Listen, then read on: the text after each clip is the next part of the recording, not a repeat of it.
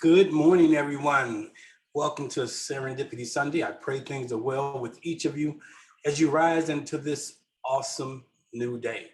For many of us, it's the last day of our time off, the first day of the week, and how you start your week will tell you how you complete your week. So I'm glad that you all have decided to join in here on the Oasis Spiritual Center for Divine Living's weekly Serendipity Sunday presentation. Now, serendipity means something good and unexpected. You may have a sense of what is going to happen based on the platform of the ministry on this particular day, but the message that I deliver to you, the goal is that it be something good and unexpected. You should have gotten an email probably Friday, Saturday, reminding you of this week's presentation, and it was entitled Don't Complain. So this morning I want to talk about something. I want to really begin to bring forward a conversation that is crucial to your evolving, transforming, becoming that which God desires for you to become. And that is to become godlike. That is to become truly sons and daughters that all creation is awaiting. And so we're going to get started here this morning. A couple of housekeeping notes. I want to say that every week this is recorded and I edit it and I'll send it back out to those who are in my mailing list, and you will get the recording. In addition to that, you'll get an assignment. Now you may say, why an assignment? Well, the reason for the assignment is faith without works is dead, or another way of saying that transformation doesn't come by way of information. Amassing information does not lead to your transformation. Information empowers you. Information may make you consciously aware of something, but until you take the work on, it is called application. We're in this world, which I call Earth School, and we're here to learn lessons, be part of others' lessons, but most importantly, that we may grow, and the growing is to go from being a mere human being to really walking in the earth as a divine spiritual being, which is your original design.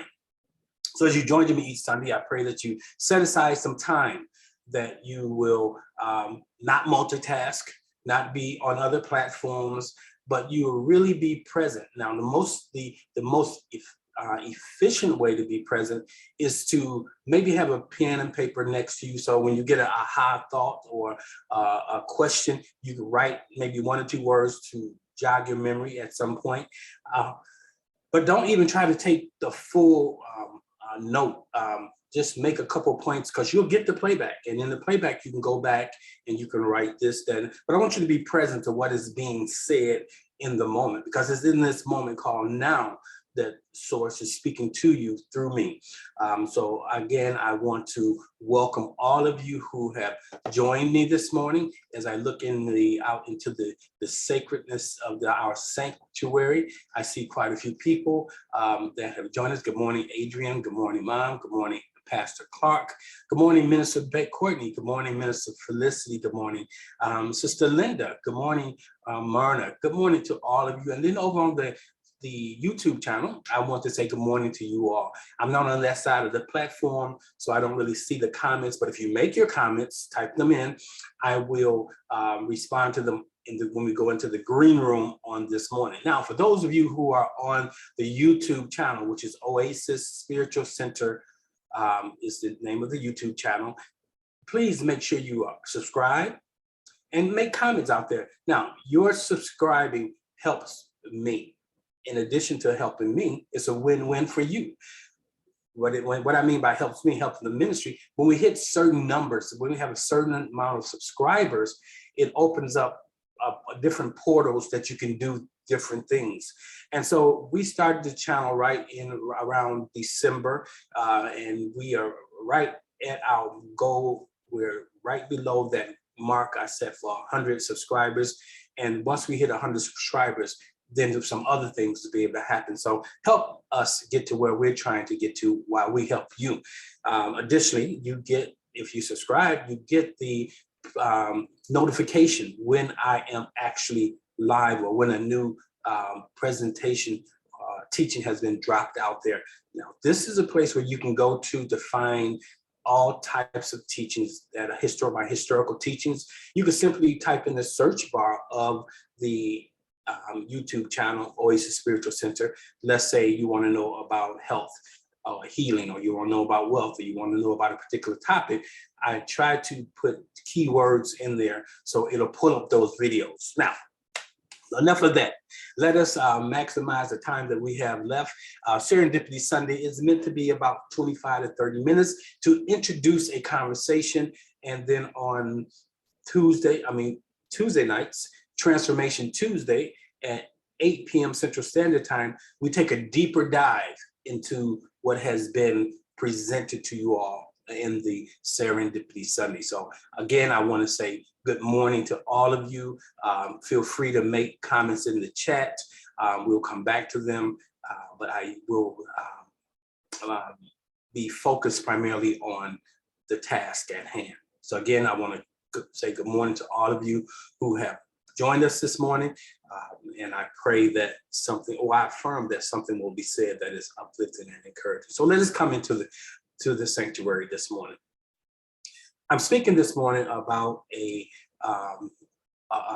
conversation I had recently with one of my peers, one of my professional peers, someone who I lean on as far as my job I do within the federal government. And we was having this conversation, and very positive, very motivating young lady. And then she said in the comment, she said something in regards to not murmuring. And she wasn't alluding to me or us, but so we were talking about particularly our jobs and how they can often be difficult. And sometimes when we have difficulties in our jobs, we tend to take the slide of murmuring, which takes us down a slope where things begin to unfold not favorably.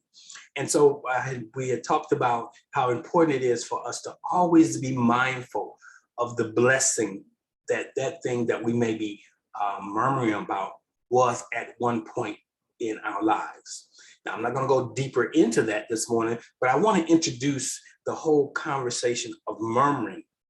Now, we know when we look in the dictionary, we find that the word murmuring is a soft, low, or indistinct sound produced by a person or a group of persons speaking quietly. Or this is like when you're in the audience, like when I'm preparing to do a presentation and I step onto the stage, usually I can't hear what is distinctly being said, but I can hear the murmuring of what's going on. And I don't take it as good, bad, or it's indifferent. It's just they're waiting for.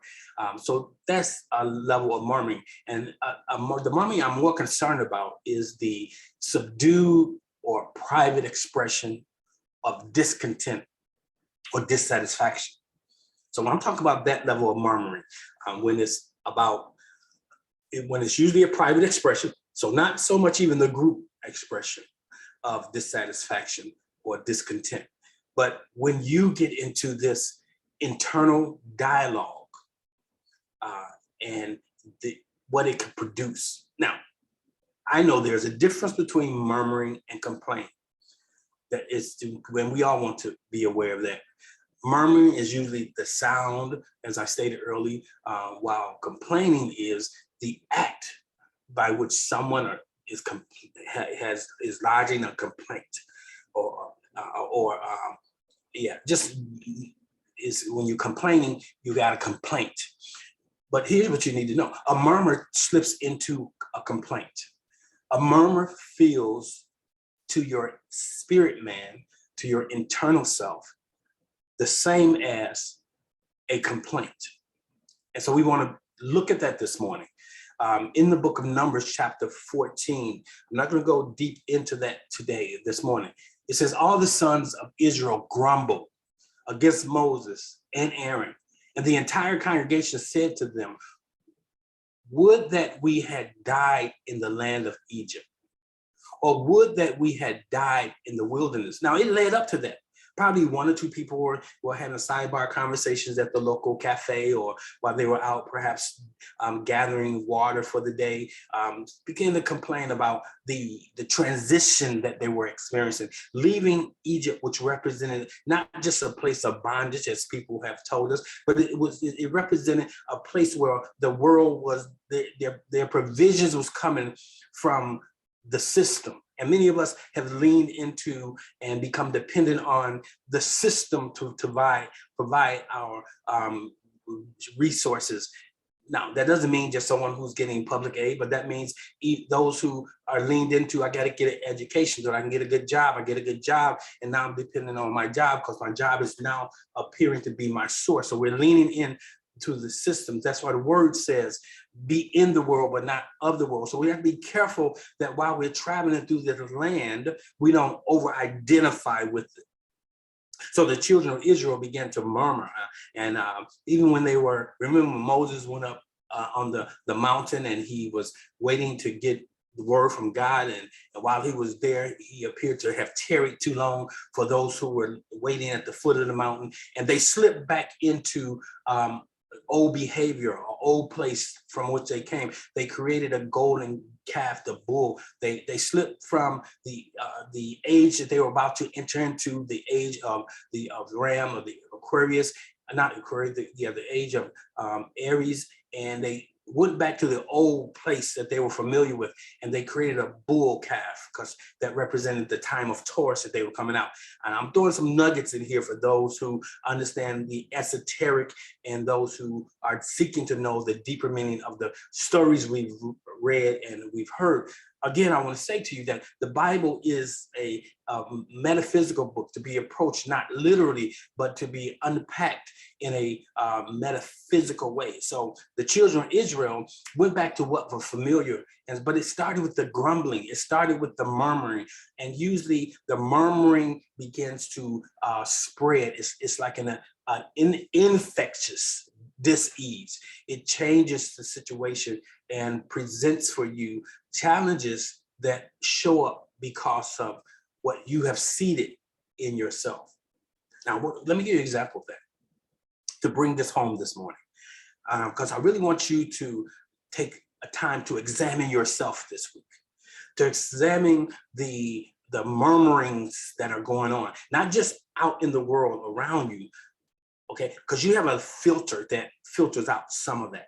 But for most of us, what we begin to murmur about is a direct result of what we see or what we hear, the contrast we're experiencing, and we forget that there is a promise that God has spoken to us. There is something that God has said or source has said to us, and it has been drowned out by external murmuring or complaining, or it's being drowned out subtly by the internalized murmuring. I'll give you an example of that.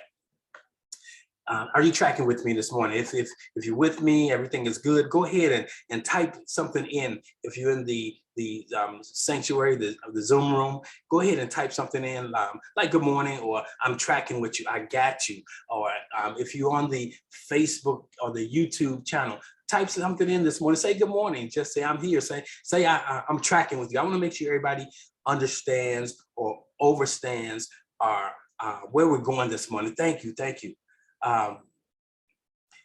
So let's look here in the Genesis chapter 3. Now, bring you up to date. This month, this year we're dealing with the power of you, the unified two. That is bringing the two that represents you into a oneness of being. The two, which represents one, the created you, and two, the formed you. For many of us, we are leaning heavily, presenting as our formed self. That is the second creative act of ourselves. The second, if you look in Genesis chapter 2, verse 7, it says, and God formed them. That's the second explanation of the unfolding of man. But if you go to Genesis chapter 1, verse 27, it says that God created them. So we see there's no conflict here. First, God is a spirit, and the word says that those who worship him was worship in spirit and truth. The word clearly shows us that God creates from the unseen to the seen. And so we see in Genesis 1:27, the unseen act of creation. Then we see in Genesis chapter 2, verse 7, the natural evolution of man. So that's why I when some people say, do you believe in evolution? Yes. But do I believe in creation? Yes. Creation starts the ball rolling. Evolution puts the creation into the construct of time, puts it into the construct of matter. So understanding both. So what am I saying to you this morning? You have two in one. Two in your container. What you see is your physical body, and we over-identify with our bodies. And the danger of that is the body is controlled by a sensory mechanism known as your brain. But the spirit man is controlled by the mind of God, the consciousness of God. And each of us have a spark of that consciousness inside of us, but it's being drowned out because we lean heavily into the physicalness, the formness of who we are. Now, if you want to be a son or daughter of God that all creation awaits, if you want to be that individual that can walk and live inside of miracles, you must move from the formed, identified man to the original, the original design of yourself as a divine spirit being sent here to have a human experience and master it. So when we look in Genesis chapter 3 this morning, that's the what they often allude to as the chapter regarding the fall. There was no fall. There was a descending.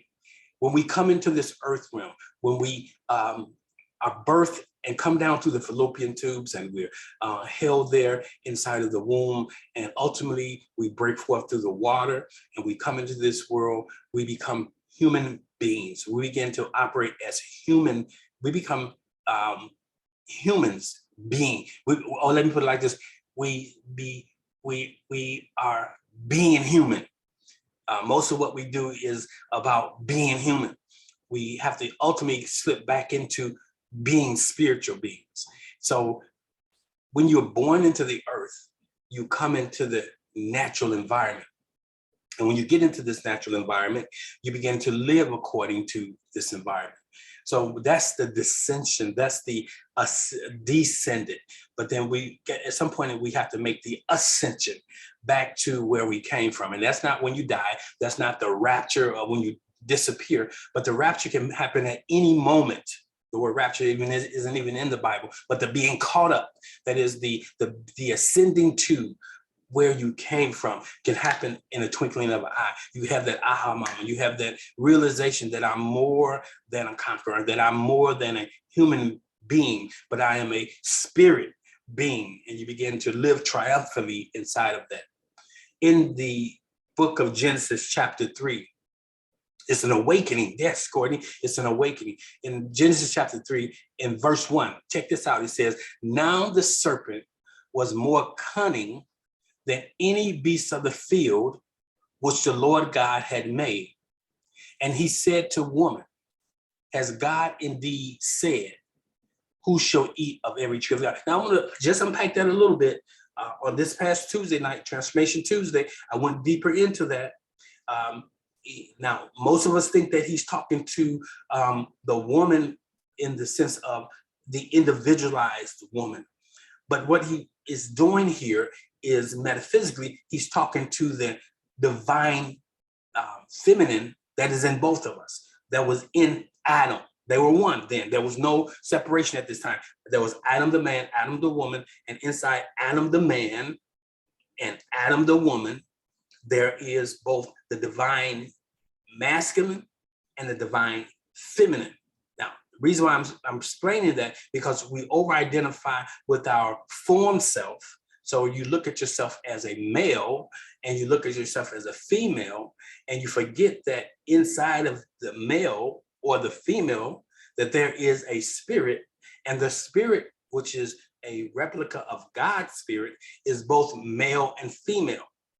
You make this mistake of over-identifying with your feminine self, your male self. You're not walking in the divine. You're not operating. There's a lot of people out here with these teachings, and they're just mobilizing the teachings around the divine, or they call it the divine feminine. But what it is just something for women. Now, there's nothing wrong with that. But here you're dealing with form. You're dealing with matter. You're not really dealing with the truth of the deeper understanding that we are both male and female. You still are dealing with a separateness. Men over here, female over here. I know for a long time, through the progress of time, the world has been more male oriented. And now women the pendulum is swinging the other way. So it's becoming more female oriented, but you're still going to have the same challenges. What the males did, the females are going to do. But when you begin to look at this whole concept from the divineness of the spirit realm, you see that it's a necessity that we understand what the divine feminine and masculine energies do. So one of the things about the divine feminine, the feminine energy, it represents the subconscious. It represents the soil of the earth. It represents the incubator. So the serpent in this case, or self-talk that they begin to have, because you get self-talk when you reflect about maybe a directive that is given to you. And as you have this directive, you begin to talk about it, you begin to evaluate it. And so I look at this story as man created by God now is evaluating what God has said to it. And so it uses the animal as the serpent because the serpent was more cunning than any beast that had been created. But there's something more cunning than even the serpent. That cunning individual is you and I that is walking in form. Okay, the Bible says, what is man that thou art more mindful of him, that thou created him a little lower than angels. So there's something that we can do that, they may say the king of the jungle is the gorilla, some say the lion, but the king of this world system is man. And the world system that I'm talking about, and not necessarily the world out there, but the world in here. And you are the king of it. You are the in charge of it. You've been given dominion over it. And so what we see here, man has the ability to do something, to do practically what is seen God doing with or without God. Meaning you can master affirmations, you can master the use of the mind, and you could do a level of things. And now those things are not always consistent, but represents the highest and greatest good for the planet, for others, or even for yourself. Because you're operating from form, you're operating from the desires of your flesh, your physical sensory realm. And so what we see when we look in Genesis chapter 3, the serpent is having a conversation with man. And in this case, the subconscious aspect of man. And so you got to be very careful what you are mulling over. You got to be careful, very careful of what you are thinking about. Because when you get into thinking, you move away from conscious, or you move away from the conscious mind, and now you're down into the program. And as you're down into the program, what you cultivate inside that program is now set in action. And in the setting of the action it's going to give birth to those thoughts. And so when you are murmuring, when you are speaking inside of self, and we're going to talk about that shortly. We're going to talk about murmuring as negative self-talk. There's positive self-talk, which we do all the time. That is when we are affirming something, when we make affirmations. Now, an affirmation made that was not birthed inside of what God has shown you, source has said to you, is still a negative self-talk, even though it may sound positive. You may be affirming something into your life that is not in alignment with what source or God desires for you. So that's important that you are aware of that. So when you read the story, it goes on that they begin to have this dialogue. And the Bible even says, and she gave to her husband that was there with her. So it means that where your subconscious is, your consciousness is there. And your subconscious can feed your conscious, and your conscious seeds your subconscious. Feed and seed, feed and seed. That's why the Bible tells us that faith comes by hearing, but true hearing comes by the word of God. So you got to make sure that what you're seeding, okay, what you're feeding and what you're seeding is in alignment with what is sound biblical or sound words from God. Now let's move a little forward in the story. If you go down to verse 11 in Genesis chapter 3, you see God enters into, or he makes itself present. He says, and he said, who is the he, or it said, or she said, or divine intelligence spoke and said, who told you that you were naked?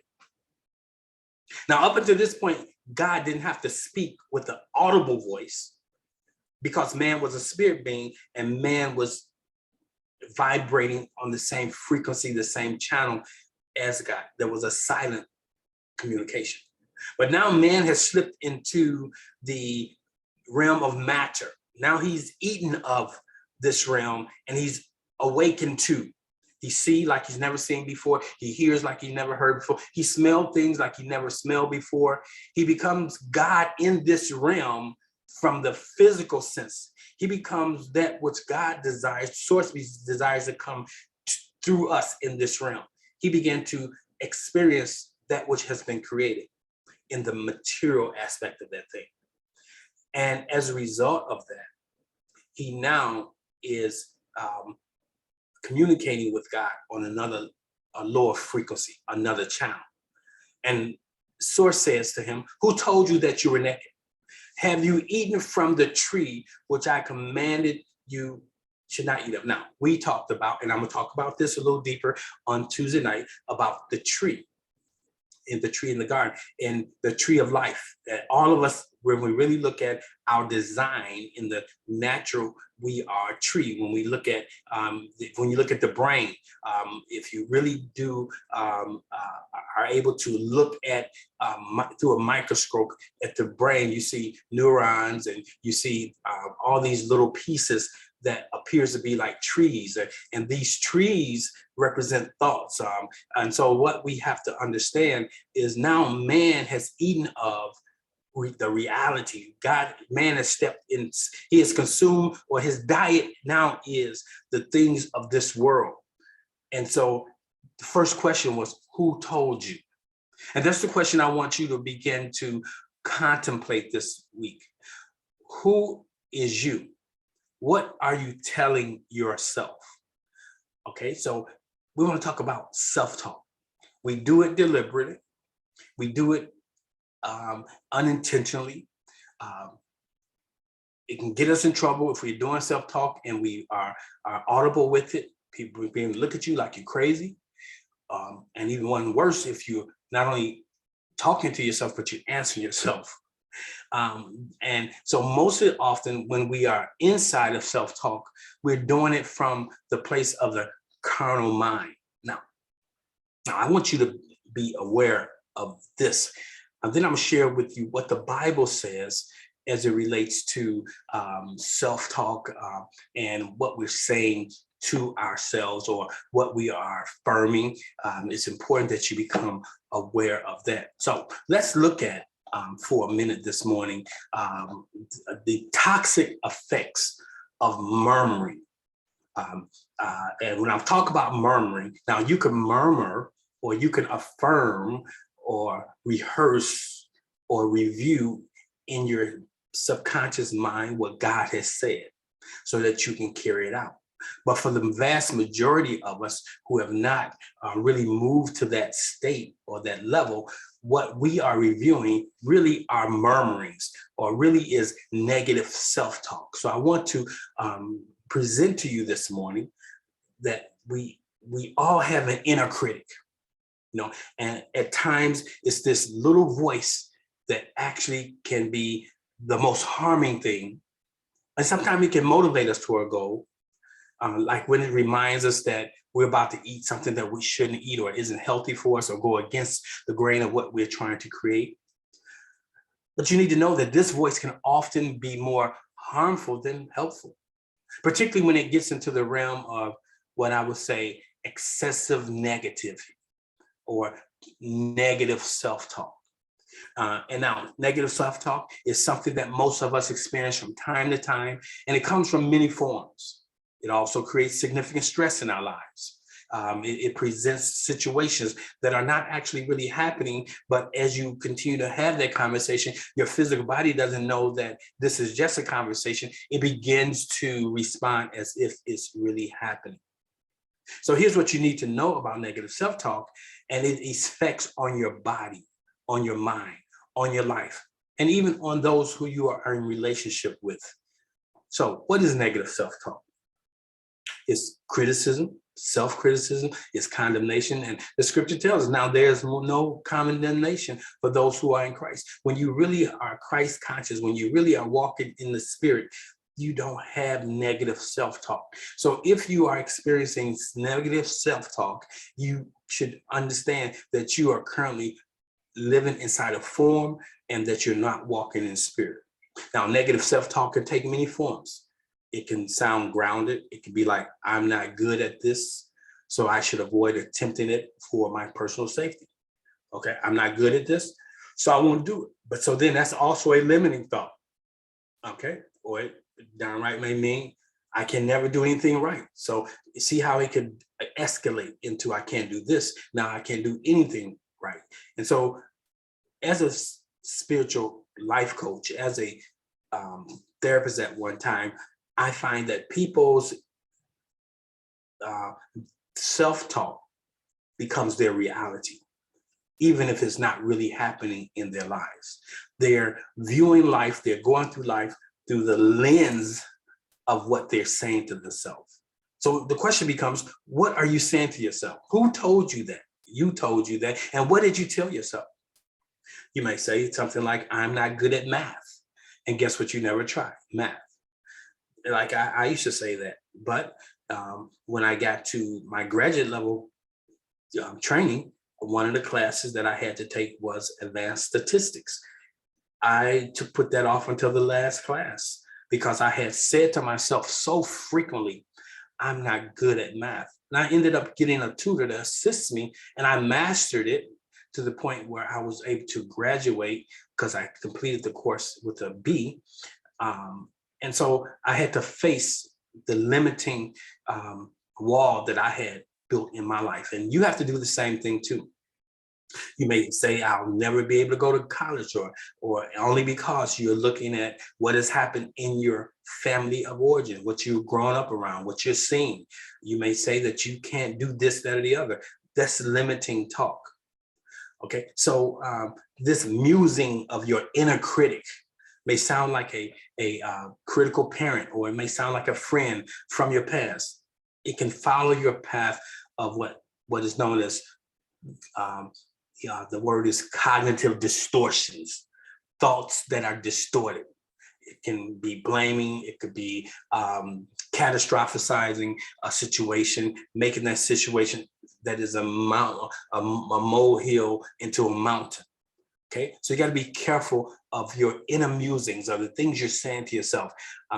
Basically, negative self-talk is an inner dialogue you have with yourself that may be limiting your ability to believe in yourself and your own abilities and to reach your potential. So it gets in the way of you being a more powerful you.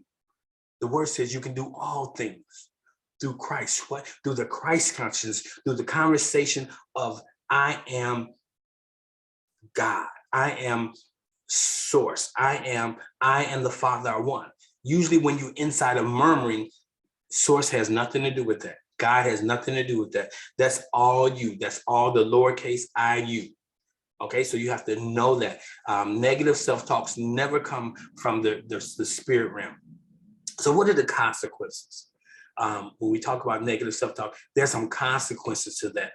It can take effect on us in some really damaging ways, especially if it starts early enough. It'll take a lifetime to unpack that thing.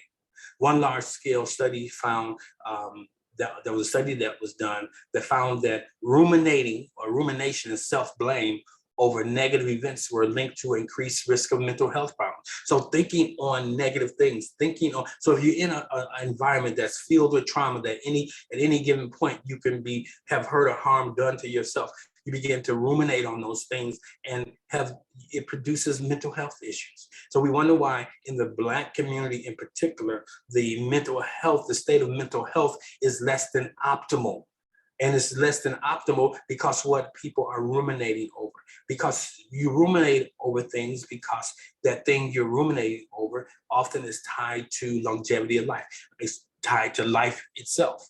Self-preservation is the first law of preservation. So we're always thinking about what can I do to increase my chances of survival.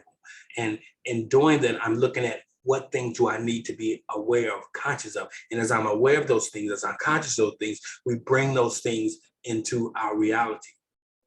And what we find is those who find themselves frequently engaging in what I'm talking about as negative self-talk tend to be more stressed, okay? And this is largely due in the fact that their reality is altered to create an experience where they don't have the ability to reach the goals that they have set for themselves. So our self-talk gets in the way. And that's why in Genesis 3, the first question is, who told you this? Where'd you get this from? Did this come from God? Because it's clear that all of us as divine spiritual beings, we should be listening to what source is saying to us, not looking at what the world in which we live is saying to us.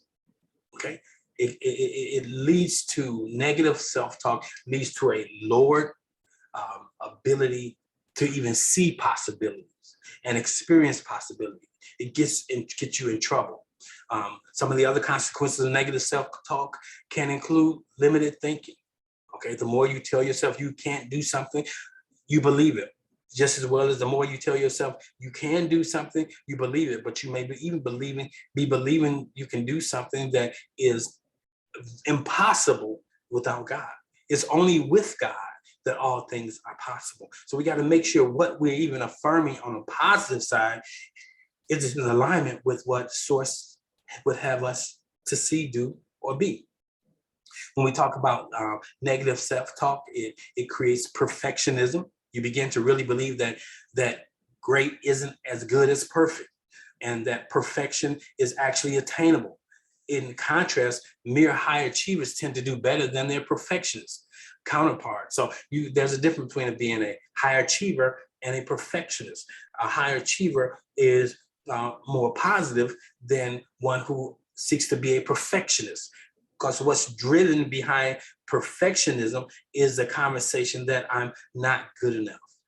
What else comes from this negative self-talk that we engage in? Feelings of depression, okay? Research shows this, that negative self-talk creates depressive enzymes inside of us, and we begin to experience physiologically depression. And if it's left unchecked, or not addressed, you slip into true depressive episodes in your life, which can be dangerous. And another thing about your self-talk, it affects your relationships. Okay, whether the constant self-criticism makes you seem needy or insecure, you turn your negative self-talk into more general negative habits that bothers others. Okay, a lack of communication or even a playful amount of criticism can take its toll. So our self-talk affects other people. So as you can see, one of the obvious drawbacks of negative self-talk is that it's not positive.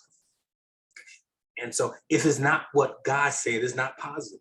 If it's not what source has for you, it's not positive. And there's no such thing as a neutral thought. A thought either leans you towards your ability to carry out your design purpose, or it pushes you away. Okay, So we got to know that. We have to learn how to minimize our self-talk. And there's some ways you can do that. I'm just going to run through a few of them. I'm going to drill down into them more on Tuesday night. You can catch your inner critic, so you can listen to what you're saying to yourself. You can remember that thoughts and feelings aren't always reality. Your thoughts, your feelings are not a barometer of reality. And the reality is not what you can see, experience, but the true reality is that which cannot be seen with eyes, touched with hands, and that's the kingdom. So we are of another world. So you can live inside of this world and have a delusion, or you can, or an illusion, or you can live inside of the created world of the kingdom. And then you can see the expression, and not only the expression of it, you impact the world in which you live. The kingdom always impacts the land in which it shows up here. Now, how does it show up in that land? It shows up through you as the ambassadors. As you show up as an ambassador, you do not take on the mindset, the diet of the world, the system in which you are dropped into, but you bring the kingdom into that area. Is known, becomes the embassy. So wherever you are, you become it's your ambassadorial duty to represent the kingdom. Now, here's one thing you need to know about an ambassador. When asked a question, an ambassador does not have an opinion. An ambassador always reflects what the edict of the kingdom is. The ambassador does not think. The ambassador does not give its opinion. The ambassador speaks what it knows. So that's critical. So even when it comes to this conversation, like around this pandemic thing, or any sickness and disease, you can give your opinion, or you can say what the word says. No hurt or harm shall come near me.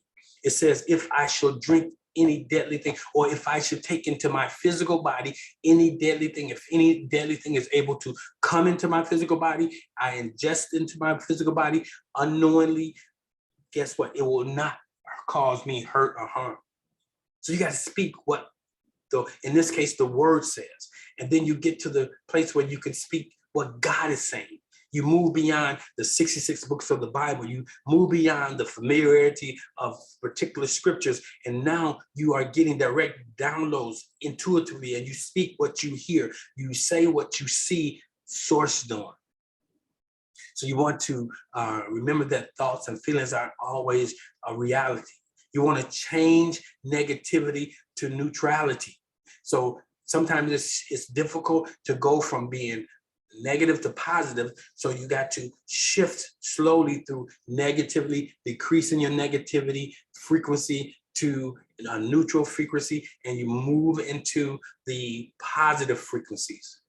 Okay. Sometimes you want to cross-examine your inner critic. You want to put what you're saying to yourself on trial. Okay. You want to, don't just accept what is said to yourself, but put it on trial. And that's what God was doing here in Genesis chapter 3. It was putting on trial the thoughts that Adam was thinking. Okay. So you got to also be willing to shift your perspective. Another way of really identifying negative thoughts is to say them out loud. Say what you are thinking out loud and hear yourself saying it. Because the word says faith comes by hearing. So so as you hear it, now you can decipher, is this helping me or harming me? And then you learn how to stop that thought. Now, I'm going to go into all of that as we move into Transformation Tuesday. But my word this morning to all of you, that there is a more perfect way than the way you've been living. You don't have to go through life being a human being, but you can go through life as a divine spirit being. Couple scriptures. Jeremiah 7:24. It tells us, but they did not obey or incline their ear, but walked in their own counsels and the stubbornness of their evil hearts, and went backward and not forward. And you don't want to be found guilty of this. Inclining your ear, your eyes to what you see. Okay.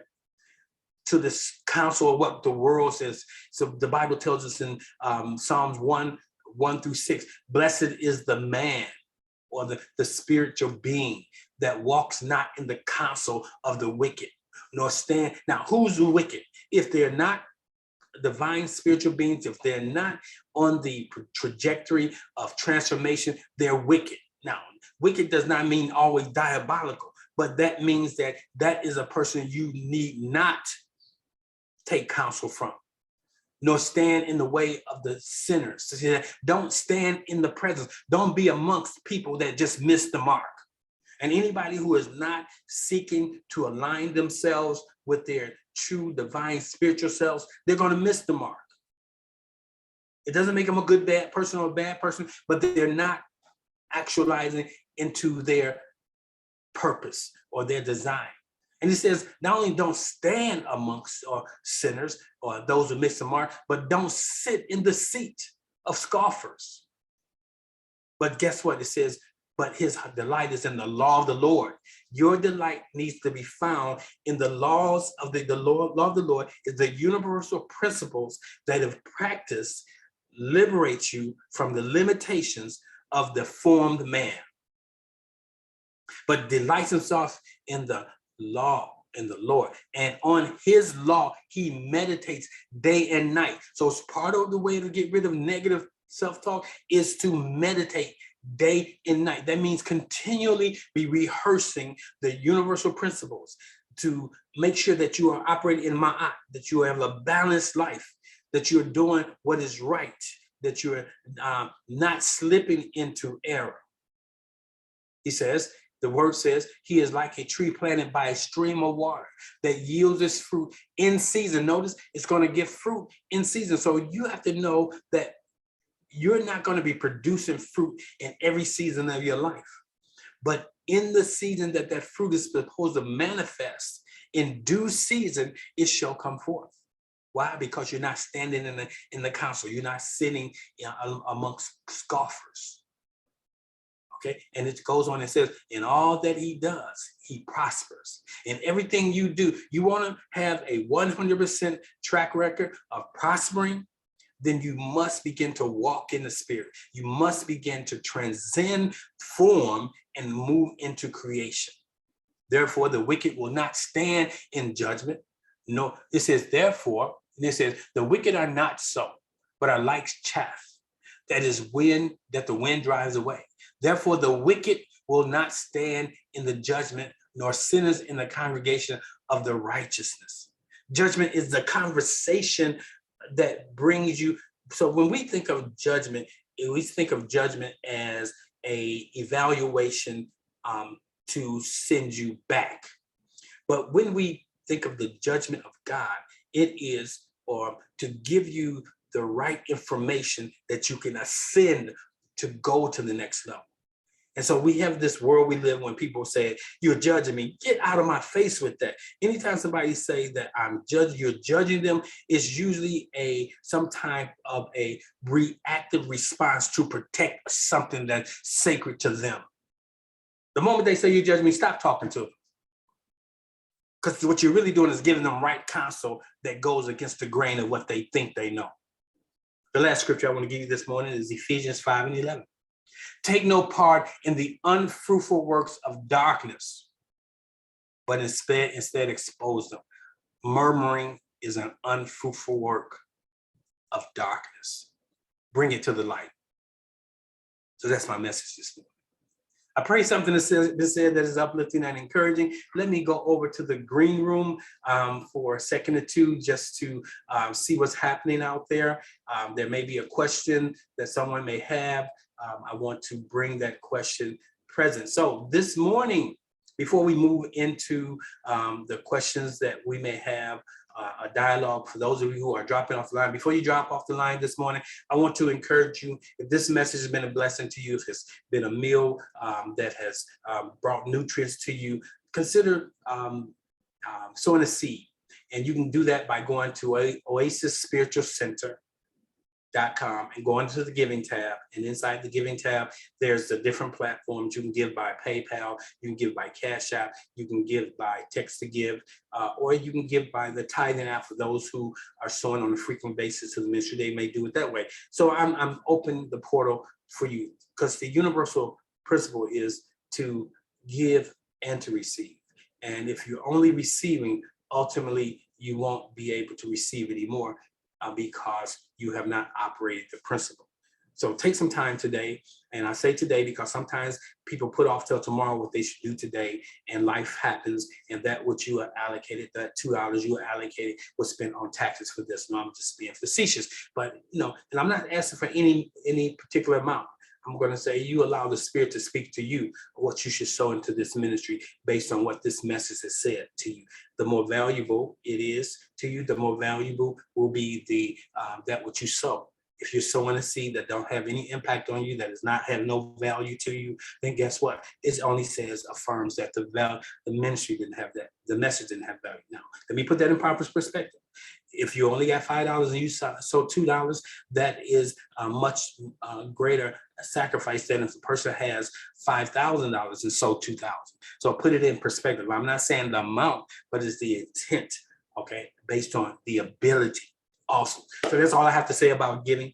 Yeah, I want to remind you that Tuesday night we are here. We are on the, I don't record it on YouTube.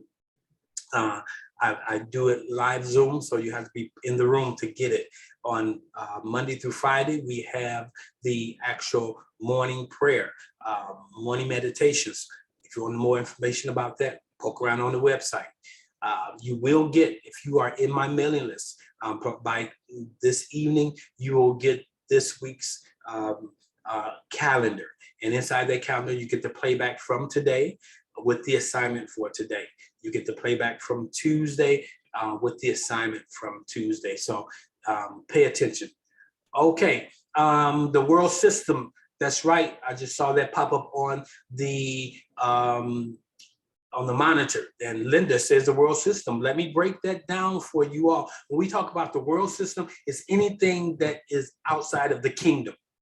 The religion is outside of the kingdom. For most of what we do in our churches, most of what we do in our our religious systems is dictated by man's creeds, what man think is right. Edicts that are given so the group can move forward together. But when we are walking in the Spirit, you may find that it will rub against the edict of your particular church or what you've been taught to believe, because religion is a world system. It's not a kingdom system. So we want to know that. So we got to do that. All right.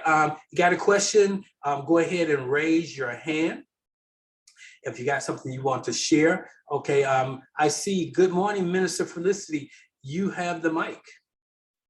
Good morning. I got so many little nuggets out of today. Thank you so much for the message.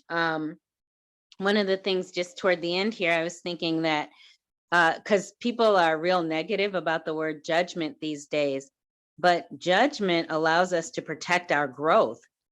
If you have these experiences with God and awakening, you become conscious, but you don't increase your judgment and discernment, you will backtrack. Yes. You won't be able to keep it, and you're definitely not going to move forward because you need to know, what got you in those ditches before.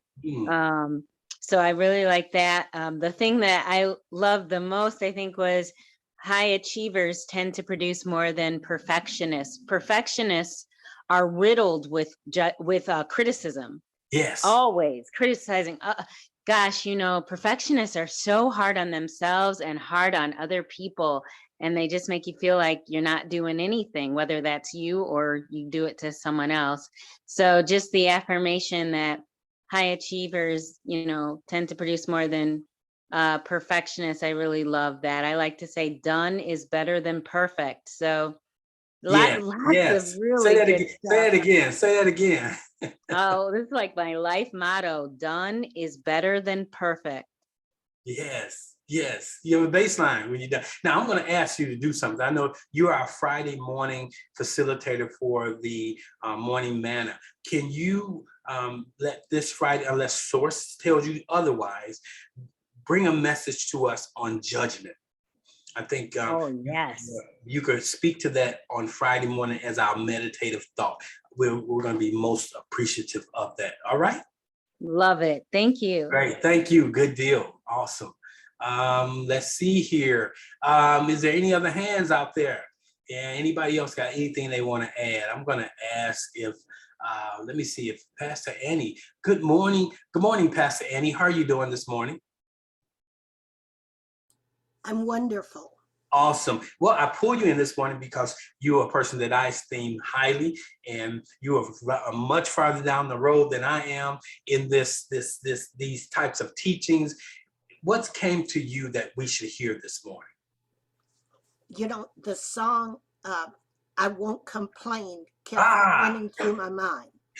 That when I weigh or judge or measure my experiences, then the good experiences, the productive experiences, the joyful experiences far outweigh those that I name or I claim as negative.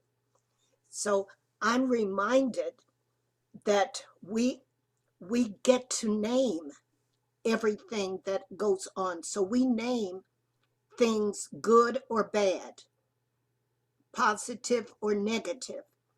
And so that song just kept running through my mind, that my experiences through life have produced more uplifting than downtrodden.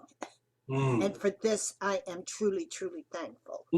No, see that this morning, as I was thinking, what I should I play as my lead-in song, that came to me. I Won't Complain. But then Ricky Byers came to me. But now I know that I'm going to leave this morning's conversation with presenting to you all the song I Won't Complain, because you can put it in perspective. So I appreciate that. Over on the YouTube side, thank you, Pastor Annie. And I pray you have a wonderful day. Enjoy the football games as you watch them, okay? No longer a football fan. Okay, done that, been there. Okay. I went to my first Cleveland Brown football game, their first Cleveland Browns football game, when I was a young girl. I was a major fan, and then I moved through that to enjoy other aspects of life. Okay. But I applaud all of those who are there. Okay, I'm still ascending to that level. I'm an avid football consumer. And so here's what I'm going to do this morning. I'm going to take a trip over here to my YouTube channel, and I see a couple of excellent comments. Trinity stated, murmuring, a subdued or private expression of discontent, dissatisfaction, or group speaking quietly. So that's something we want to be mindful of, is speaking in a subdued way. It's the things we say to ourselves in a silent way, because it's slipping past your consciousness. So you got to pay attention to what you're saying to yourself. She mentioned also practice the law. That is, the law is the universal principles that you may have life. Wonderful, wonderful, wonderful. I'm so excited this morning for all of your presence and the presence of the Lord. So give me a second here to find our exiting song for us this morning, and we will listen to that on our way out.